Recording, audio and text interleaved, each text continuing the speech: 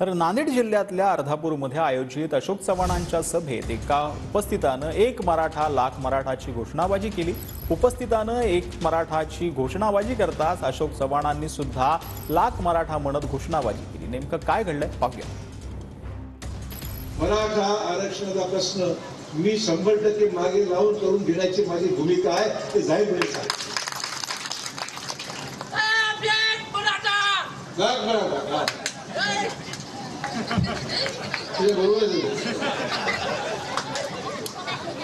चिंता करून काय करू, चिंता करू आपला माणूस चिंता करू। तुम्ही नारेला मला नाव कसं वाटतं? जय श्रीराम, भारत माता की, भारत माता की। एक मराठा, एक मराठा, एक मराठा।